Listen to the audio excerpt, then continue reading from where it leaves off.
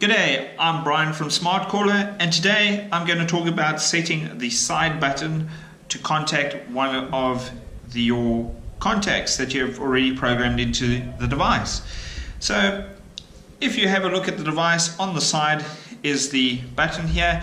When you push and hold that button, it will then make a phone call to the contact that you program in. X1 being contact 1, X2 being contact 2, X3 and so forth.